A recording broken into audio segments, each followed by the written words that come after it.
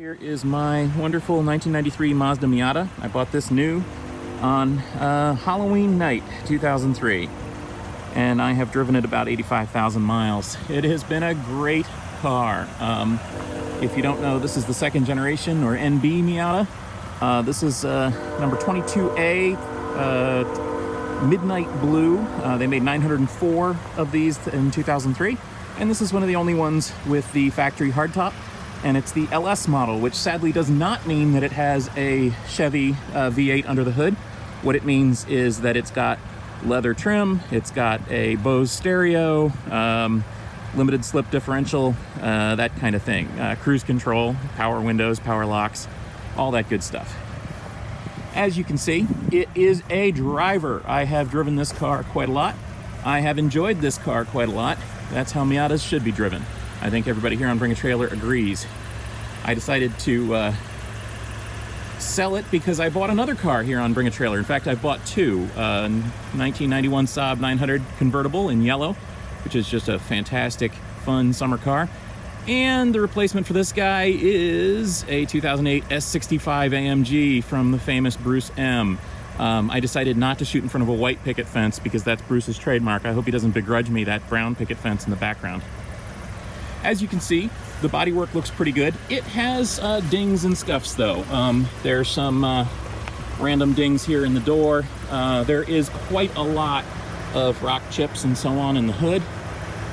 This paint is paper thin. I had my detailer try to touch those up a little bit, but there's no hiding them. It also has a nice scuff here on the front. Thanks, garage door. Lots and lots of little rock chips and dings and scuffs and stuff around the front.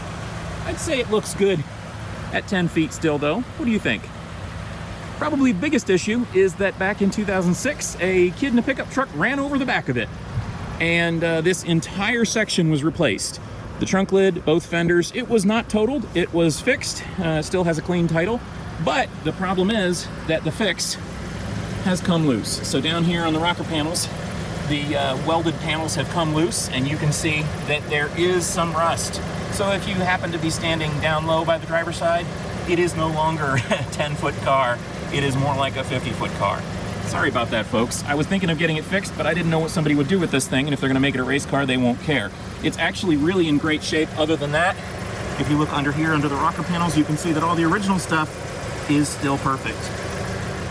Let's run around to the other side. There are some more scuffs and dings here. There's one here, one here, one here, one here, one here. There's a good deep scratch right there. There's a bit of a crack right here on the bumper, if you can see that. It's not actually dented or anything, it's just that the paint coating has come cracked a little bit. I don't know what's up with that. Another scuff here and so on. You can see that the passenger side rocker panels, which I guess were not repaired, are still in great shape. There is rust at the jack points. That's a common problem for Miatas. And I'll show you what it looks like underneath, if you care to see that. This has not been detailed underneath or anything. This is just what it looks like.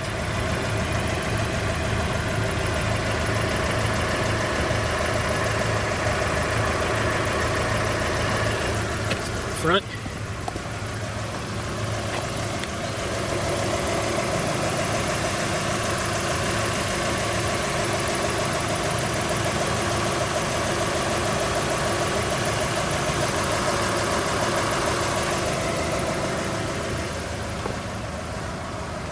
Go to the other side.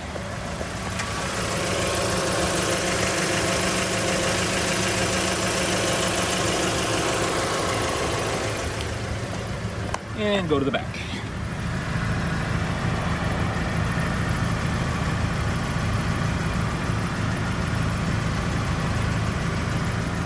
I guess that's what 85,000 miles of driving will do to the underside of a car. All right, folks, here's the engine. Again, the engine has given me no trouble at all. I did replace the timing belts, oil, obviously. Recently replaced the cam and crank angle sensors. They had worn through, causing the car to die. But other than that, it's been great. You know, plugs and so on. Honestly, still purrs like a kitten, as you can hear. Air conditioning works, heat works. Nothing wrong at all with this part of the car. ABS works, limited slip works, everything's good. Since this is an LS model, it does come with 16-inch alloy wheels. I have some Sumitomo HTR Z2 tires on it. They still have quite a lot of tread left. That's what happens when you don't drive it a lot. But they're getting a little bit old, so you might want to consider replacing them in the future. Maybe get another high-performance tire on there. I've also got a set of steel wheels with snow tires if you're interested. Did I just say snow tires? Oh, yes, I did. That's right. This car has been driven in in the snow. It is a commuter, after all. It was my only car for a number of years, and it's actually a blast to drive in the snow. Small, really well controllable, ABS, 6-speed. Honestly, it's fun as heck. So I have here a stack of actually 5 beautiful Michelin Pilot Alpine snow tires. They're a few years old, so they're getting a little bit worn, so frankly, they're not worth anything. But they do have steel wheels on them, and that's really, really handy. So if you want to put race tires or another set of winter tires, whatever you want to do, I'll throw these in as well. The soft top is in really good shape, considering this is the original.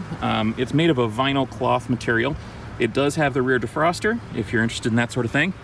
You can see that there is some discoloration, however. There's some lines where the top bows fold. You can also see that if you look very closely along the seams here, there's a little bit of a fray right there. There's a couple spots like that. Water does not get through that, but I just wanted to point it out in full disclosure. Also, like all Miatas, right here and right here, the seals leak a little bit, letting some water trickle down a little bit inside the internal driver's window during the rain. Not enough that you really worry about it. You could probably fix that with some grease or something, I don't know.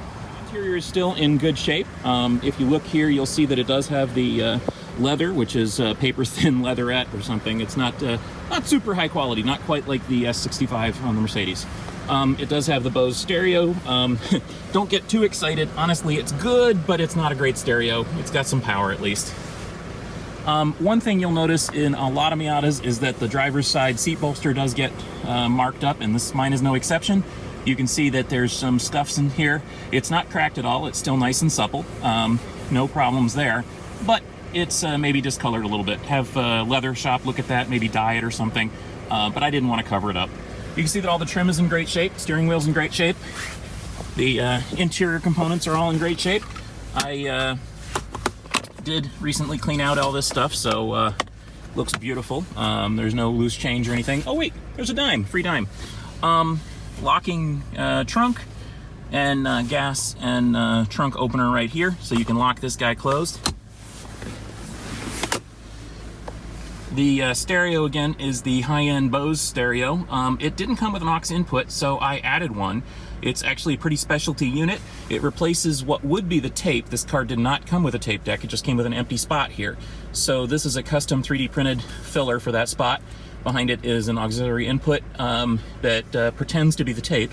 So if we go to tape, it actually will take audio from this Bluetooth receiver right here. And there is a ground light loop isolator inside there as well, so it sounds just beautiful. That does come with the car. All that is controlled through right here. This is the power, USB power for both the Bluetooth input as well as this guy here, which goes to my phone cradle, which clips here onto my 3D printed thingy. I'm not going to include the phone cradle because it was a Kickstarter and it's pretty cool. The reason I left this exposed instead of hardwiring it inside, I actually do have a jack inside if you want to use a 12-volt jack inside, is because sometimes this thing is stupid and you have to unplug it in order to make it work, and this makes it a lot handier to do that. So I'll just include all this stuff. The eyeball vents work as well as they ever did. They tend to droop. Glove box is great. I have every receipt from the car, including every time I filled it up with gas in here, along with the window sticker. All the original documentation, everything is right there. Turning our attention toward the sky, we reveal one of the other problems here. This did crack open at some point. Probably could be resealed. I don't know. There's a little bit of fluffing coming out of there. Also, the top is faded a little bit. That's because I drove about half of the mileage, maybe 40, 50,000 miles, with the top down, which is how everyone should drive a Miata. The other problem that's very common with Miatas is that we have lots and lots of exciting stone chips on these latches. I don't know what they make these from, but look at any Miata and it's pretty hilarious how much chips and scuffs and so on there are. But again, the top is actually in really great shape. It still holds up nicely. It resists water. I don't recommend driving it through car washes, but you can. It won't let the water in. But of course, this guy also comes with the matching factory hardtop, so there's no reason to do that. As you can see, I've got it on this nice hardtop hoist, and I'll throw that in with the auction. The hardtop is in really excellent condition. Obviously, there's a little bit of wear after 15, 16 years, but it's in great shape. It has the defroster with the defroster pigtail in perfect condition. One thing you'll notice on a lot of Miatas is that the finish on these latches gets a little bit of rock chips and stuff from driving. The hardtop ones, being inside the car, are usually a little bit better, but the overall, you'll see that on a lot of Miatas. The other thing about the hardtop is that it's a little tricky to fit. You have to put these little guys overneath the bolts, or over top the bolts in the back, and kind of pull it and wiggle it and stuff, but it works just fine. Here's the inside of the hardtop headliner, and again, it's in absolutely perfect condition. Turning here, we can see the original body sticker here. You can see the body code is 22A, that's the midnight blue. You can also see the tire pressure and so on. Looking back here, you can see that the parcel shelf is in beautiful shape. It's got this net here, and it also has a wind deflector that apparently does absolutely nothing. I barely ever put anything on that, so that's perfectly clean. Okay, let's do a cold start video, and I do mean cold. It's actually 32 degrees outside, so let's try this out. No problem.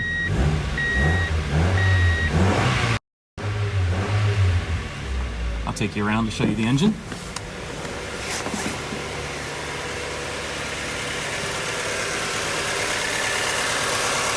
See it in motion. Even though it's very, very cold out, I'm leaving the windows down so you'll be able to hear the car as it runs. So again, 6-speed transmission, reverse is over to the side. Reverse is sometimes hard to get into because that's a thing with this transmission. I replaced the transmission fluid and the differential fluid with Redline a few years ago. It helped it feel a little bit slicker.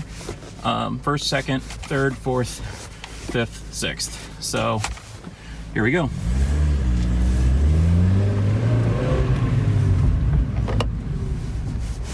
All right.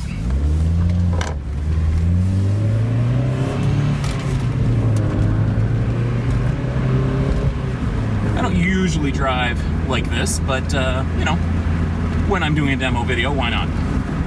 So that was up to third or fourth, no big deal. We'll take it out on the road here in a second. Maybe get a little bit more miles on it.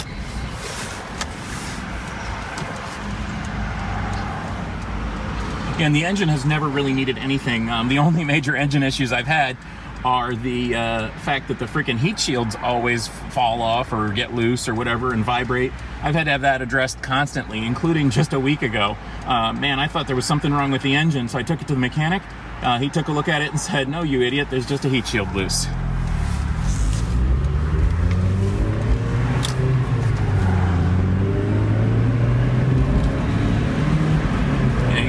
Wind it up, no problem. This has the variable valve timing engine, but don't get too excited about that. This is not a Honda, it's a Mazda, and the VVT is basically just for fuel economy. All right, we're coming up to a little bit of a faster stretch here, so maybe I'll be able to wind up the engine a little bit more. As you can see, it's up to temperature now. The temperature gauge is a real gauge, but the oil pressure gauge, unfortunately, is actually just a light that looks like a gauge. So when the oil pressure is good, it's in the middle, and when it's bad, it's not, and it doesn't really tell you any other information other than that. The original first generation Miatas, I had one, used to actually give you useful information there. This one doesn't. It runs just fine on regular gas. I don't always put the premium gas on in colder weather because it frankly doesn't need it. If you do put premium gas in, it's supposed to advance the timing and get a little bit more power. I don't know that that's the case. We do have cruise control here. The cruise control is, like many of the things in this car, kind of pathetic. You set it at 60 miles an hour and it kind of surges a little bit. That's how it's always been. The Miata is not really a highway cruising vehicle. It's a little rough and noisy. Automatic lights. We got fog lights down there. You know, we got a dimmer. One thing I did actually was I disconnected the air conditioning from the front defroster. So when you turn on the defroster position on, for the air, it doesn't automatically turn on the air conditioning. I always thought that was a stupid feature anyway. You can still turn the AC on with the switch if you want. The AC actually works great. Blows cold. I usually use it in the summer with the top down because if it's really, really hot, it keeps me cool. You know, so the AC is just fine. The heat works great. The position works great. The fans work great. Honestly, everything down here is just fine. Now we're winding up a little bit more here. I'm in 6th gear at 55 miles an hour, no problem at all. Except for the fact that it's a Miata, so it's rough and noisy and all that kind of stuff. But that's why you're buying it, you know what I mean? This is how this thing was meant to be driven. Actually, it was not meant to be driven with one hand and a phone in your hand. No, don't tell anybody that I'm doing this. Y'all might like to see how it accelerates still after 85,000 miles. So we are here on a private piece of land where there's no speed limit. So let's see what this guy will do in a short distance.